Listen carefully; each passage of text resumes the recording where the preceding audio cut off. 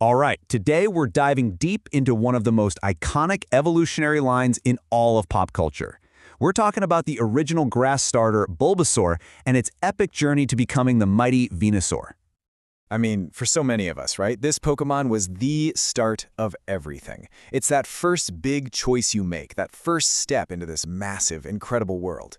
It's just pure nostalgia. But okay, beyond all that nostalgia, what's really going on under the hood? We're going to peel back the layers on its biology, its totally unique strategic profile, and the legacy it's left behind. And of course, it all starts at the very beginning, with Pokédex entry number 1, Bulbasaur. So, right from birth, Bulbasaur has this amazing symbiotic relationship with the bulb on its back. And this thing isn't just for show, it's a living power source. It stores and provides energy through photosynthesis, and that one single fact really defines everything about it, from its famously calm and loyal nature to how it actually performs in a battle. Now, what made Bulbasaur so different from the other Kanto starters was its typing, grass and poison. What a brilliant combination. The grass part gives you these key resistances to common early game stuff like water and electric. But then you throw in the poison typing, and suddenly you've got this awesome offensive and defensive tool against other grass types, and later on, those super powerful fairy types. And then you have the real game changer, its hidden ability, chlorophyll. See, under normal conditions, this whole line is pretty slow and steady. But the second you get some harsh sunlight going, this ability completely flips the script. This is exactly why you so often see it on sun-based weather teams. So what this does is it creates two totally different identities in one Pokemon. On one hand, you have this sturdy defensive wall that can take a hit. But with a single weather change, it becomes this shockingly fast attacker that can just sweep opponents before they even know what hit them. It's just a fantastic piece of strategic design. And if you look at its base stats, you can see exactly where its true potential lies. I mean, look at that special attack and special defense. They are way higher than anything else. That 65 in special attack is incredibly high for a first-stage Pokemon. Right from the very beginning, it's telling you its destiny is to be a special powerhouse. So the path forward is super clear. At level 16, it gets its first big change, and by level 32, it hits that iconic final form. Let's check out that middle stage. And that brings us to Ivysaur, the crucial bridge between the potential of Bulbasaur and the raw power of Venusaur. So as that bud on its back starts getting bigger and heavier, its body has to adapt. The legs get stronger just to support the new weight. This isn't just some waiting game, you know?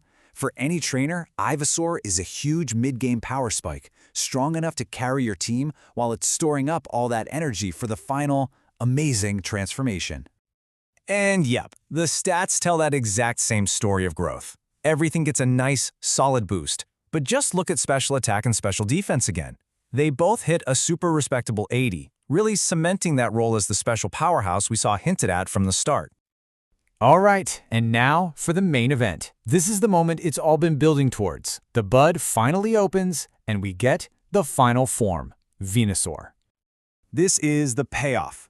Venusaur's stats are just fantastic, hitting an awesome 100 for both special attack and special defense. So now you have a creature that can dish out massive special damage and just shrug off special hits coming back at it. This is the full potential, realized. And you might think that's the peak, right? But no. Venusaur is one of those special few that can push its power to a whole other level.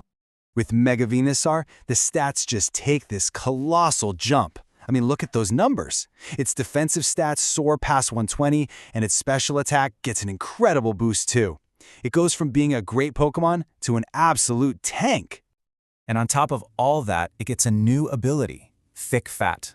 This single ability just masterfully neutralizes two of its biggest weaknesses, fire and ice.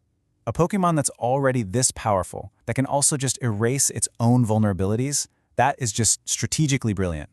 And, as if that wasn't enough, its Gigantamax form takes this power to a whole new, kind of terrifying scale, with vines that are literally capable of leveling buildings. It's an incredible display of just raw, natural force. Okay, so finally, let's explore some of the fascinating trivia and the huge cultural footprint that this iconic line has left behind over the years. How's this for a fun fact? The small island nation of Niue thought Bulbasaur's cultural impact was so important that they actually put it on a $1 commemorative coin. Not too bad for Pokédex number 1. You gotta love this little tidbit from its designer, Ken Sugimori.